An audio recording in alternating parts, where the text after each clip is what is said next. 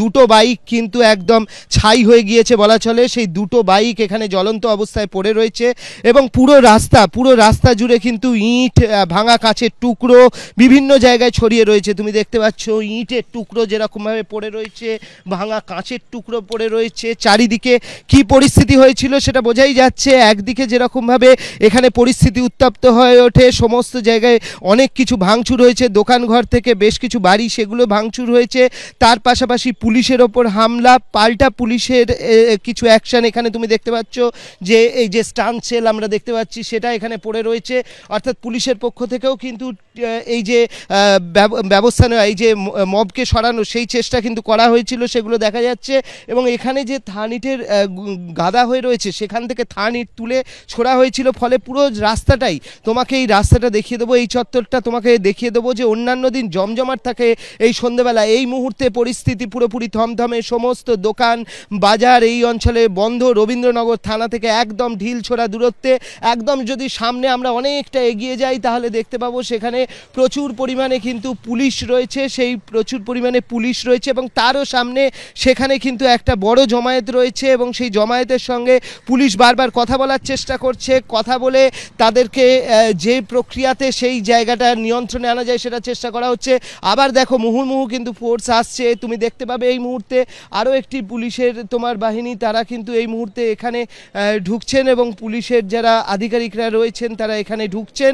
তার কারণ সামনের দিকের সিচুয়েশান আমি তোমাকে যেরকম বলছিলাম যে এখানে দেখো যে তোমার টিয়ার গ্যাস চালানোর জন্য যে সমস্ত প্রয়োজনীয় যন্ত্রপাতি, মাইক নিয়ে যাওয়া হচ্ছে, তাদের উদ্দেশ্যে কোনো ঘোষণা করার জন্য মাইক নিয়ে যাওয়া হচ্ছে। আমরা দেখেছি যে পুলিশের গাড়িতেও কিন্তু ভাঙচুর হয়েছে, পুলিশের গাড়িও ছাড় পায়নি। তার পাশাপাশি এখানে দোকান থেকে শুরু করে আশপাশে অনেক কিছুই ভাঙচুর হয়েছে আমরা যেরকমভাবে দেখতে পাচ্ছি পুরো রাস্তা জুড়ে। তো এই মুহূর্তে এরকম একটা আমরা এর আগে এসেছি, এটা কিন্তু কলকাতা পুরসভার এলাকা, তো সেই জায়গায় এখানে তোমার এর আগে রীতিমতো জমজমাট বাজার থাকে, সেই জায়গাটা এখন কিন্তু পুরোপুরি স্তব্ধ হয়ে গিয়েছে। চারিদিকে একটা ভুতুড়ে অন্ধকার এবং তার মাঝখানে কিন্তু উত্তেজনা রয়েছে, পকেটে পকেটে বিভিন্ন জায়গায় মব জড়ো হয়ে রয়েছে এবং তাদের নিয়ন্ত্রণ করার চেষ্টা করছে এখন পুলিশ। উত্তাল হবে বিধানসভা, উত্তাল হবে কোশ্চেন অ্যান্সারের পরে উত্তাল হবে। কালকে বিধানসভায় কিন্তু প্রতিবাদ জানানো হবে এবং উত্তাল হবে বিধানসভা। বিরোধী দলনেতা শুভেন্দু অধিকারী সেই বিষয়টা জানাচ্ছেন এবং জানিয়ে এই মুহূর্তে দেখতে পাচ্ছি ভবানী ভবন ছাড়ছেন শুভেন্দু অধিকারী এবং তিনি কিন্তু যে বিষয় জানাচ্ছেন যে মহেশতলার যে ঘটনা, সেই ঘটনার প্রতিবাদে আজকে আসেন তার ভবানী ভবনে এবং রাজ্য পুলিশের ডিজির সঙ্গে দেখা করার জন্য।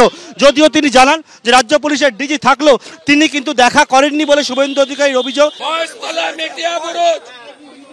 পুলিশের গাড়িও ভেঙেছে, প্রচুর পুলিশ রক্তাক্ত, হিন্দুরা রক্তাক্ত।